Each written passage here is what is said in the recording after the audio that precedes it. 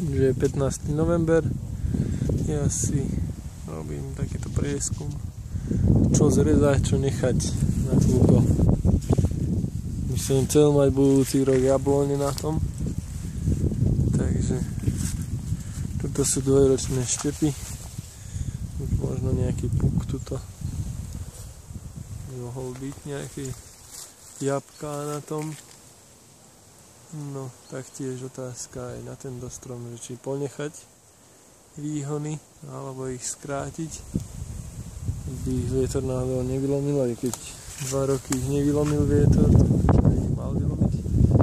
No a otázka je, že neviem, čo toto je za či kotlovitá koruna, alebo aká koruna, ale stredník by som asi nechal tento. A tento tu by som plánoval zrezať. Niekde tu. Proste celú tú guču, čo je hore, odstrániť.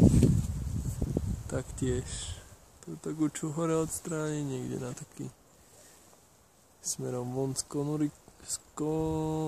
koruny výhon.